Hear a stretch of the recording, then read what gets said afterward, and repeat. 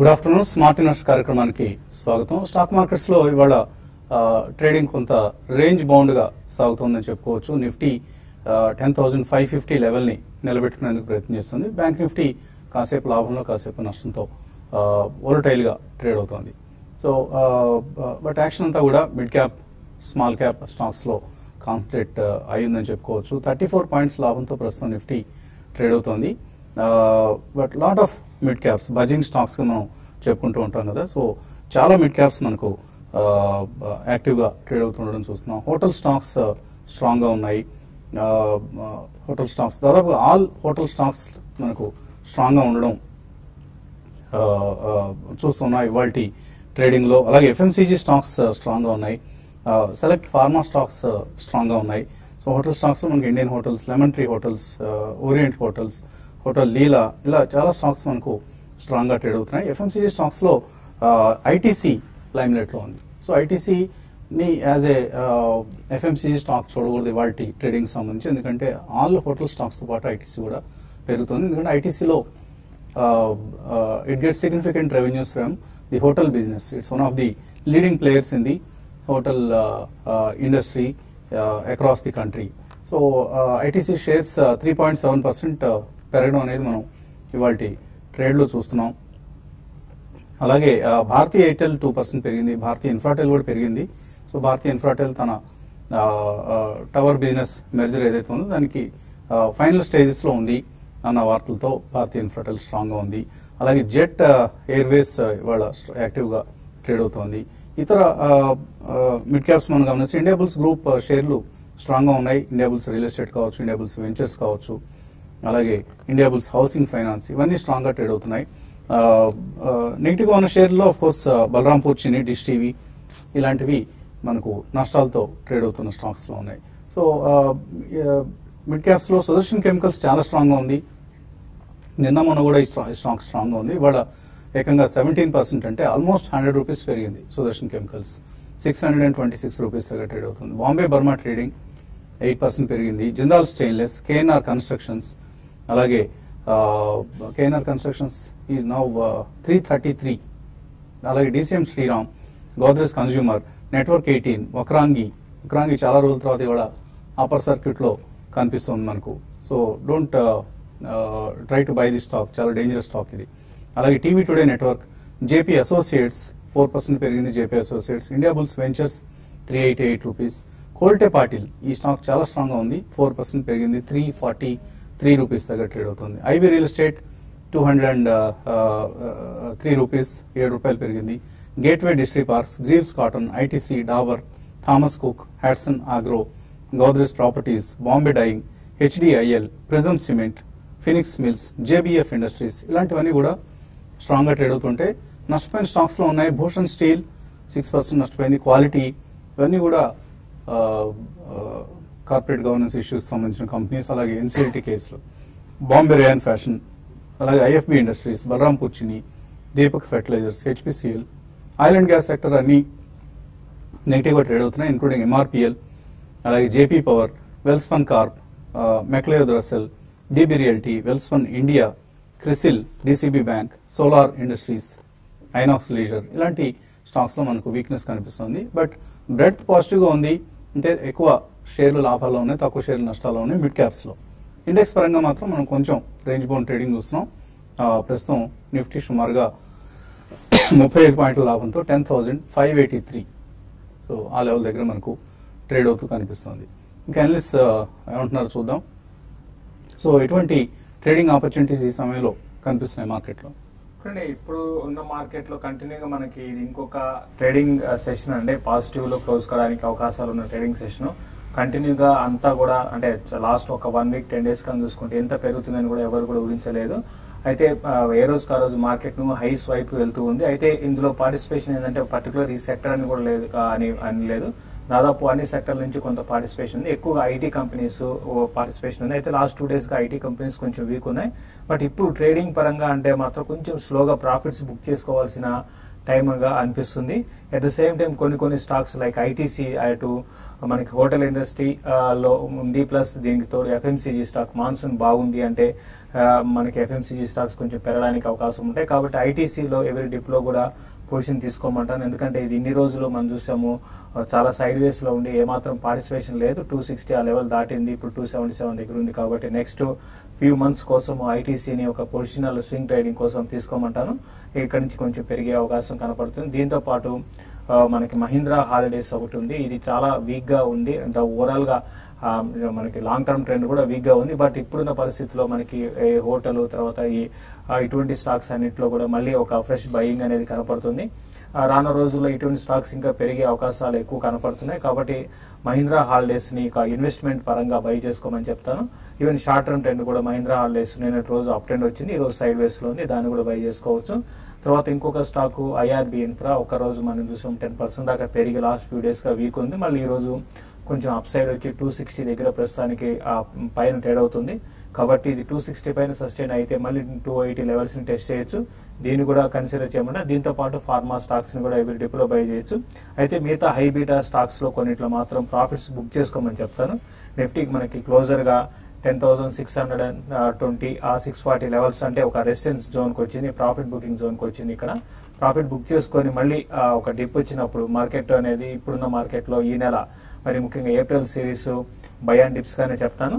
ఇప్పుడు fresh positions వద్దు, ఒక డిప్ వచ్చినప్పుడు మళ్ళీ కొనుక్కోమని చెప్తాను. సో టెక్నికల్స్ బట్టి చూస్తే ఎటువంటి పరిస్థితి కనిపిస్తుంది?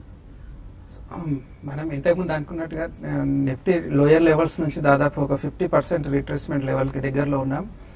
సో ప్రజెంట్ మనకి 10,400 నుంచి కూడా మనకి సిరీస్ ఆఫ్ బేరిష్ ప్యాటర్న్ అనేది ఏర్పడుతుంది. కాకపోతే దాని కన్ఫర్మేషన్ ట్రెండ్ అనేది ఇంకా రావట్లేదు. So series of bearish pattern అనేది ఏర్పడడం అంటే మనకి టాప్ లెవెల్ కి దగ్గరలో ఉన్నామని మనకు సూచనగా భావించవచ్చు. సో ఇంతకుముందు అనుకున్న 10,560 అనేది 50% retracement level. Maximum up side లో మనకి ఇంతకుముందు వచ్చిన రెసిస్టెన్స్ అనేది 10,630 దగ్గరలో ఉంది. సో 10,560 నుంచి 10,630 వరకు ఒక రెసిస్టెన్స్ జోన్ గానే భావించాలి. సో ఆల్రెడీ ప్రాఫిట్ లో ఉన్న వాళ్ళు ఒకసారి ఇది ప్రాఫిట్ బుక్ చేసుకోవాల్సిన లెవెల్స్ అని మనం భావించవచ్చు.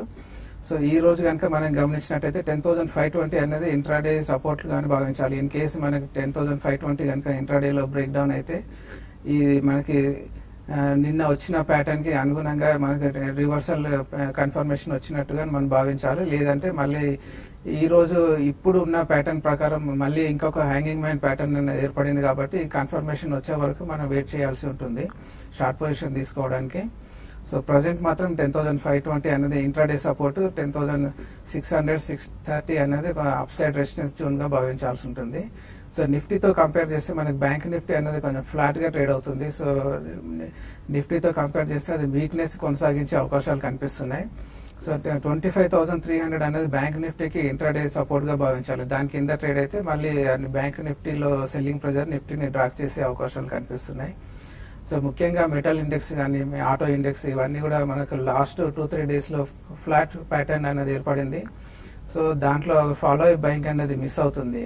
ఈ రోజు కనుక గమనించినట్టయితే నిఫ్టీ ఐటీ ఇండెక్స్ లో హయ్యర్ లెవెల్స్ లో మళ్ళీ ఒక టాప్ రివర్సల్ ప్యాటర్న్ ఏర్పడింది. కాబట్టి ఓవరాల్ గా ఒక మిడ్ క్యాప్ ఇండెక్స్ కానీ IT index, auto, metals, small cap ఇవన్నీ కూడా ఒకసారి సెల్లింగ్ ప్రెజర్ అనేది ఎదుర్కొంటే ఈ డౌన్ సైడ్ రివర్సల్ ప్యాటర్న్ ఏర్పడే అవకాశాలు కనిపిస్తున్నాయి. కాబట్టి ఒకసారి లాంగ్ పొజిషన్స్ బుక్ చేసుకోవడం బాగుంటుంది.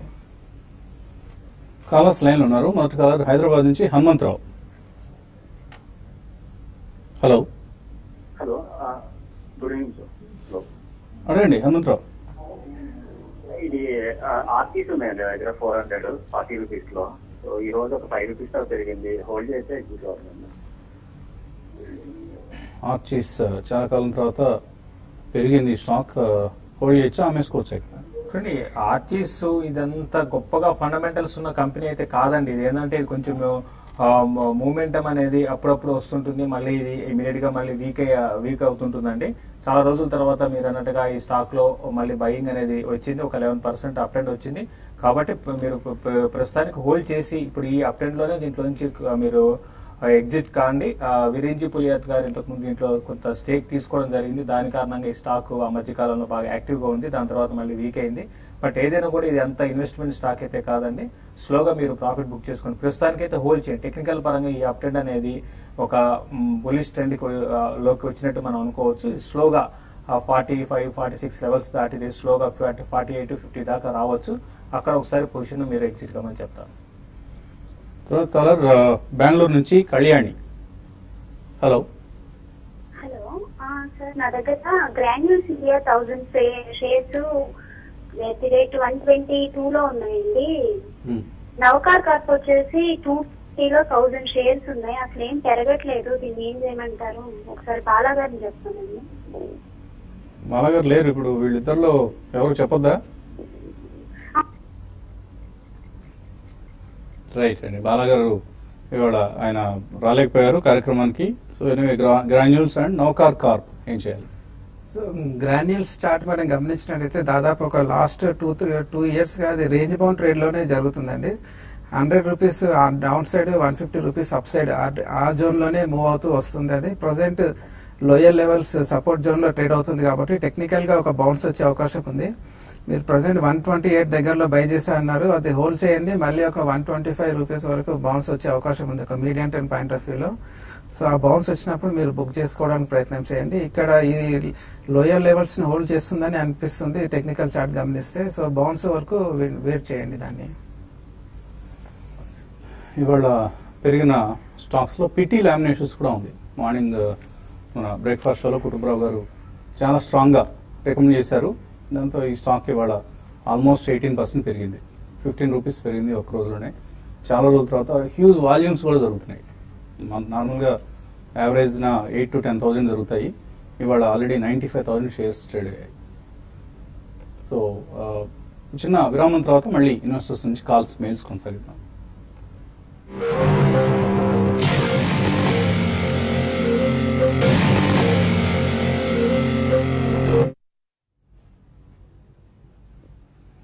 స్మార్ట్ ఇన్వెస్టర్ కార్యక్రమానికి తిరిగి స్వాగతం.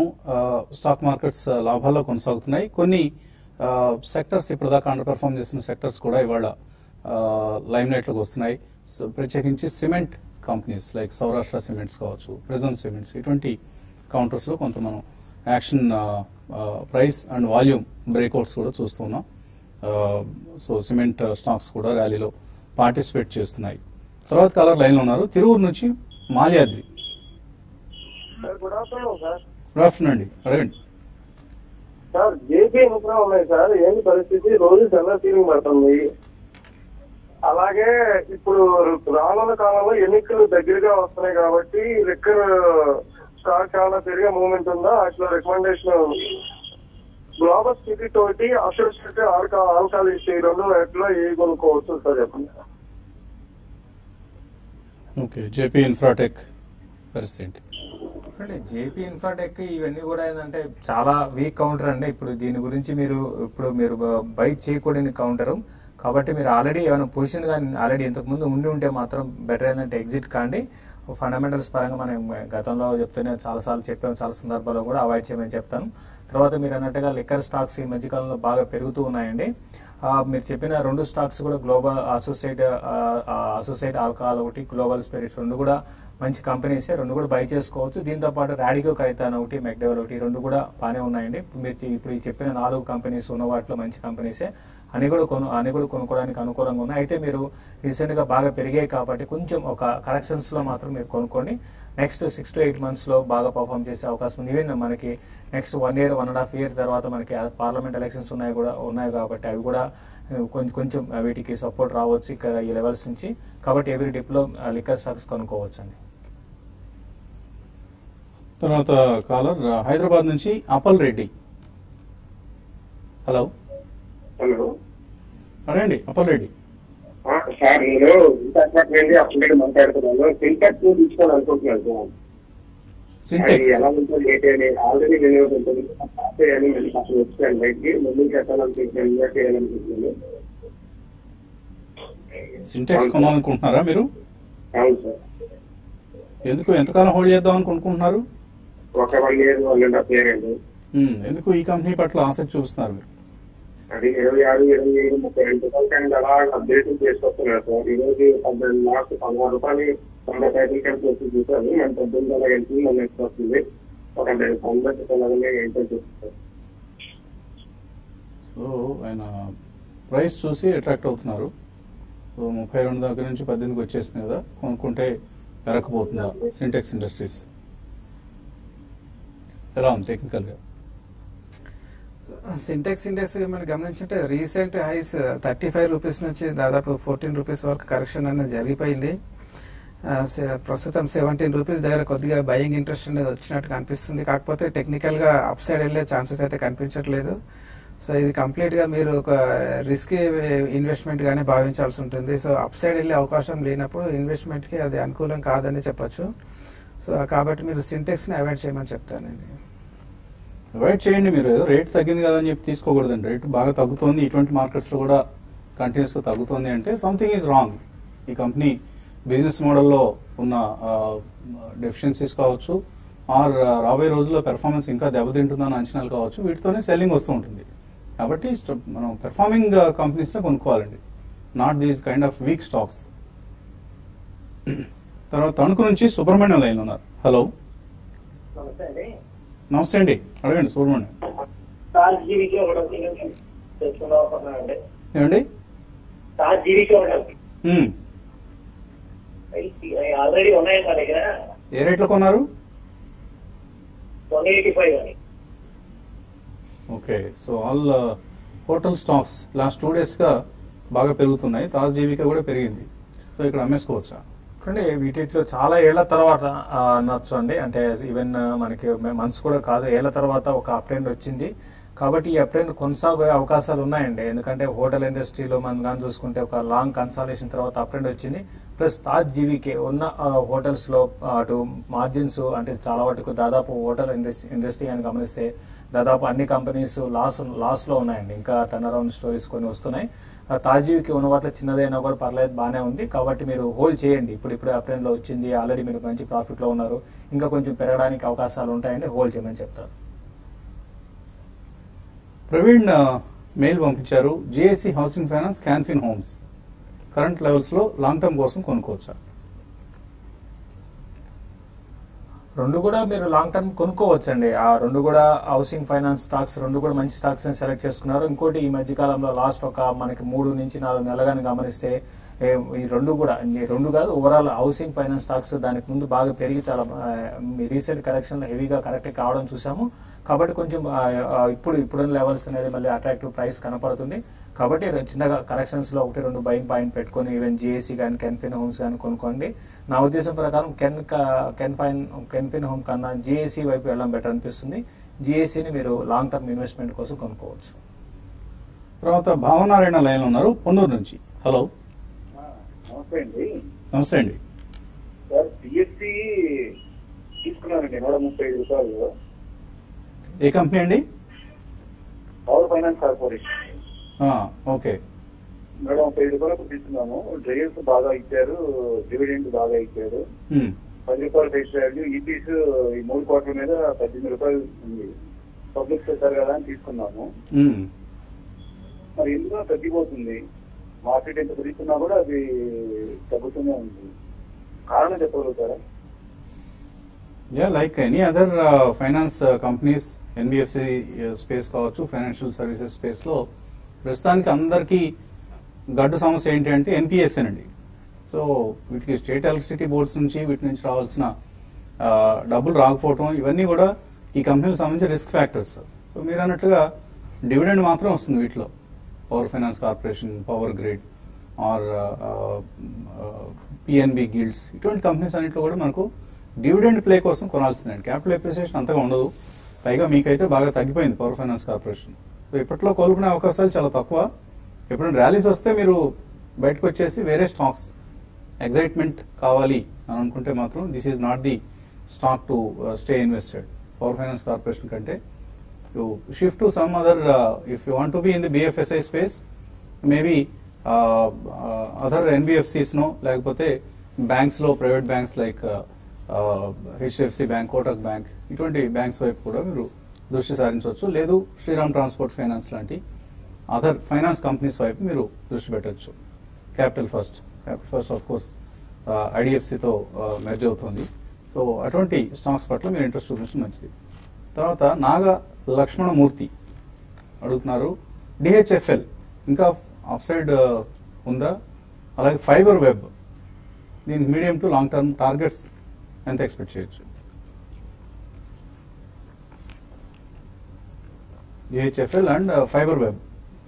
డిహెచ్ఎఫ్ఎల్ మనకి రీసెంట్ గా 490 రూపీస్ నుంచి కంటిన్యూస్ గా బౌన్స్ రావడం చూసి మనం దాదాపు 490-500 దగ్గర బైకాల్ ఇవ్వడం కూడా జరిగింది. సో ప్రజెంట్ రెసిస్టెన్స్ లెవెల్ కి దగ్గరలో ఉంది. మనకి 600 ఆ జోన్ అనేది రెసిస్టెన్స్ జోన్. సో ఈ రోజు ప్యాటర్న్ గమనించినట్టయితే ఇన్వర్టెడ్ హ్యామర్ ప్యాటర్న్ ఏర్పడింది. సో అప్ సైడ్ అనేది ఇక్కడ నుంచి లిమిటెడ్ గా ఉందనే చెప్పొచ్చు. సో ఆల్రెడీ మీరు ప్రాఫిట్ లో ఉంటే మాత్రం ఒకసారి ప్రాఫిట్ బుక్ చేసుకోమని చెప్తాను. మళ్ళీ ఒకసారి డిప్ వచ్చినప్పుడు మీకు మళ్ళీ బయింగ్ ఆపర్చునిటీ అనేది దొరుకుతుంది. సో ప్రజెంట్ ఒకసారి ప్రాఫిట్ బుక్ చేసుకోండి టీహెచ్ఎఫ్ఎల్. ఫైబర్ వెబ్ పరిస్థితి ఏంటి? ఫైబర్ వెబ్ కూడా 180 నుంచి 130 పడిపోయింది. అంటే ఫైబర్ వెబ్ ఇప్పుడు టెక్నికల్ పరంగా చూస్తే మాత్రం చాలా వీక్ గానే ఉందండి. మధ్యలో ఒక బౌన్స్ వచ్చింది, మళ్ళీ ఒక బౌన్స్ కాస్త కూడా మళ్ళీ వీక్ జోన్ లోకి వచ్చింది. అయితే మార్కెట్స్ కొంచెం ఇదే రేంజ్ లో ఉంటే ఇది కొంచెం పెరగడానికి అవకాశం ఉంది. అయితే ఫండమెంటల్ పరంగా అంత బ్యాడ్ గా లేదండి, ఫండమెంటల్స్ బాగానే ఉన్నాయి. మీరు లోయర్ లెవెల్స్ లో కొని లాంగ్ టర్మ్ కోసం అయితే హోల్డ్ చేయండి. షార్ట్ టర్మ్ ట్రెండ్ మాత్రం ఇది ఎవరీ ర్యాలీస్ వచ్చినప్పుడల్లా కూడా సెల్ చేయమంటాను. లేదా ఇది అట్లీస్ట్ 136-137 లెవెల్స్ పైన సస్టైన్ అయినా అయితే అప్పుడు దీంట్లో కొంచెం ఇంకా టెక్నికల్ గా అప్ ట్రెండ్ ఇంకా కొనసాగే అవకాశం కనపడుతుంది. ప్రస్తుతానికి అయితే పర్లేదు, స్టాక్ పెద్దగా డౌన్ సైడ్ కూడా ఉండకపోవచ్చు, హోల్డ్ చేయమని చెప్తాను. సో ప్రమోటర్స్ వరుసగా అమ్ముకుంటూ వస్తున్నారండి, ఫైబర్ వెబ్ లో వాళ్ళ స్టేక్ అమ్ముకుంటూ వస్తున్నారు. కాబట్టి which is a wrong sign. అందుకే మార్కెట్స్ లో స్టాక్ వరుసగా అమ్మకాలకు గురవుతోంది. సో లాస్ట్ 3 months లోనే వాళ్ళ స్టేక్ ఆల్మోస్ట్ 3%-4% వరకు తగ్గింది. కాబట్టి జాగ్రత్తగా ఉండండి ఈ కౌంటర్తో. ఏదైనా ర్యాలీస్ వచ్చినప్పుడు బయటకు వచ్చేయండి ఫైబర్ వెబ్ నుంచి. సో ఇంకా కొన్ని మెయిల్స్ కాల్స్ ఉన్నాయి, మిగిలి ఉన్నాయి. సమయం మించిపోయింది కాబట్టి మనం టీవీ5 మనీ కార్యక్రమంలో కలుసుకున్నప్పుడు మాట్లాడుకుందాం. Keep watching.